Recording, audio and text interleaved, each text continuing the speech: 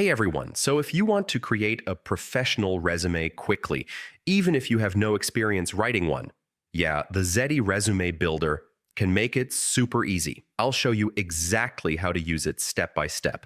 First, go to the Zety Resume Builder website and click on Create Your Resume. You can start from scratch or upload your old resume if you already have one. Next, choose a resume template. Zety offers multiple professional designs, so just pick one that matches your style or job type. Now, start filling in your details, like your name, contact info, and job title. Just follow the step-by-step sections on the screen.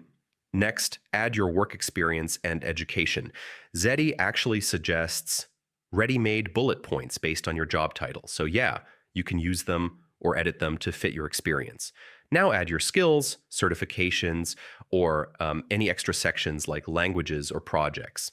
These help make your resume stronger and more complete. After that, you can customize your resume design, like changing colors, fonts, or layout. It's all done automatically, so you don't have to worry about formatting. Finally, download your resume. You can download it as a PDF or Word file with a paid plan, or as a text file for free. And that's it.